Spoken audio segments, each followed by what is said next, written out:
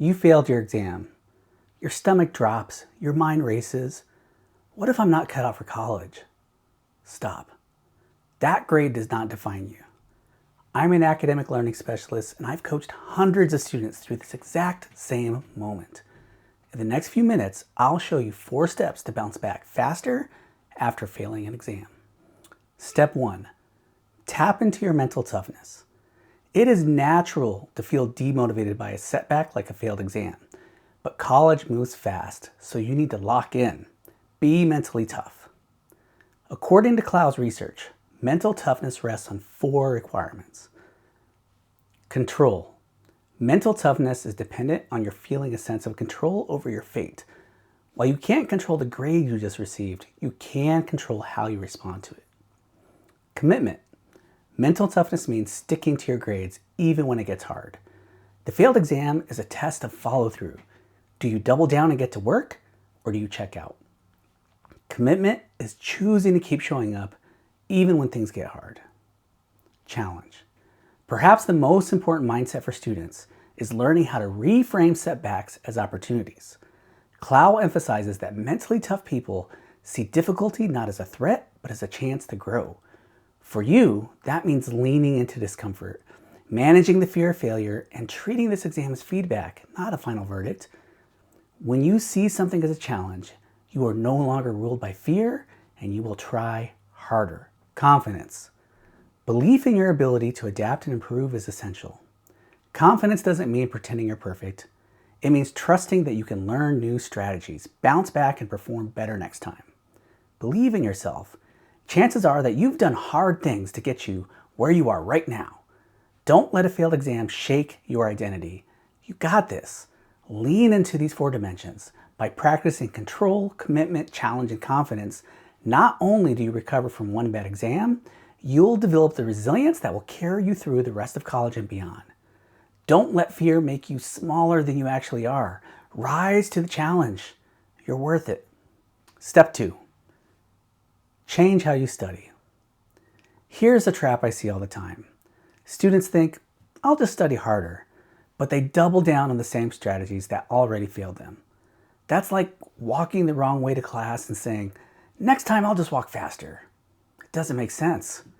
Failing isn't about intelligence. It's about preparation. If your methods didn't work, you need to change your preparation. Simple as that. It's about adapting your studying, not just putting in more hours. Step 3, get help quickly.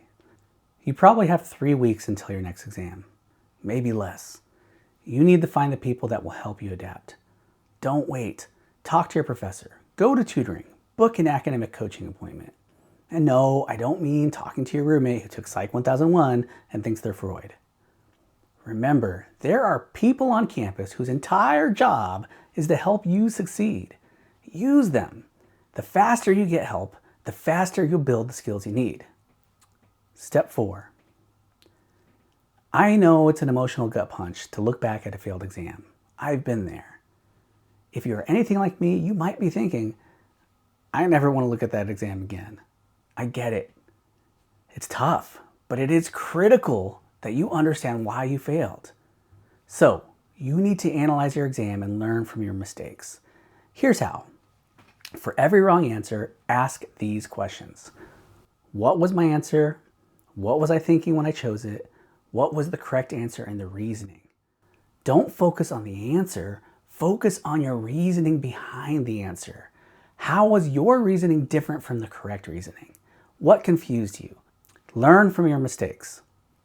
This turns failure into feedback. You're not just fixing wrong answers, you're training your brain how to think more effectively, how to reason through application-based college exam questions. This is one of the most important test-taking skills you can develop. Step 5, identify the source of exam questions. You need to figure out where your professor is taking the exam questions.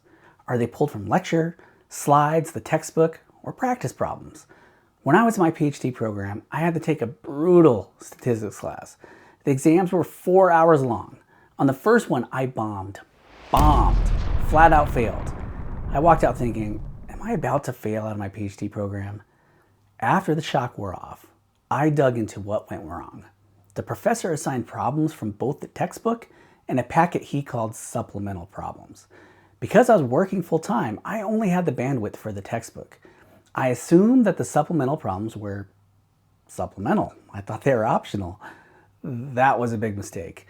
When I looked back at the exam, every single question came from that supplemental packet. No wonder I failed. For the next exam, I changed my strategy. I zeroed in on the supplemental problems, practiced those things like crazy, and walked out of the next exam with a passing grade. The lesson? Every class is a puzzle. Your job is to figure out which sources your professor values most and build your studying around those. If you've walked out of an exam feeling the way I did when I failed that exam, here are the 3 things to consider that will help you determine exactly what went wrong and how to adjust. Are you studying from the wrong source? If the question wasn't in your notes or study guide, you're studying from the wrong places. Retrace where the professor is pulling material. Textbooks, slides, practice tests, and make sure your study materials capture those sources. Are you practicing enough? If the material was in your study guide but you still blanked, it's not about the source, it's about the practice. Reading isn't enough. Test yourself with flashcards, problem sets, or by teaching it out loud until recall feels automatic. The key is to focus on memory retrieval without any study materials to prompt you. Did you have a study guide? If you didn't build a study guide, that might be the problem. A study guide isn't busy work. It's a tool that forces you to organize and filter information. It also makes figuring out what happened and reviewing much easier when you fail an exam. Failing an exam in college is more common than you think. Many professors even build in policies to drop your lowest exam score because they know that students will fail. You can study hard and still come up short in college, but it doesn't mean that you're not smart enough. The key is to reframe failure. An F isn't a measure of your intelligence, it's a signal to adjust. Change how you study, get help quickly, analyze your mistakes, figure out where the exam questions are coming from, and tap into your mental toughness. If you do these 5 things, you will bounce back stronger than before. If this helped, hit like so other students can find it, and subscribe for more strategies to succeed in college. If you've recovered after a failed exam, let me know how you did it. It's easy to feel down on yourself, so let's inspire each other.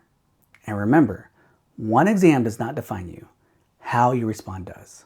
You've got this.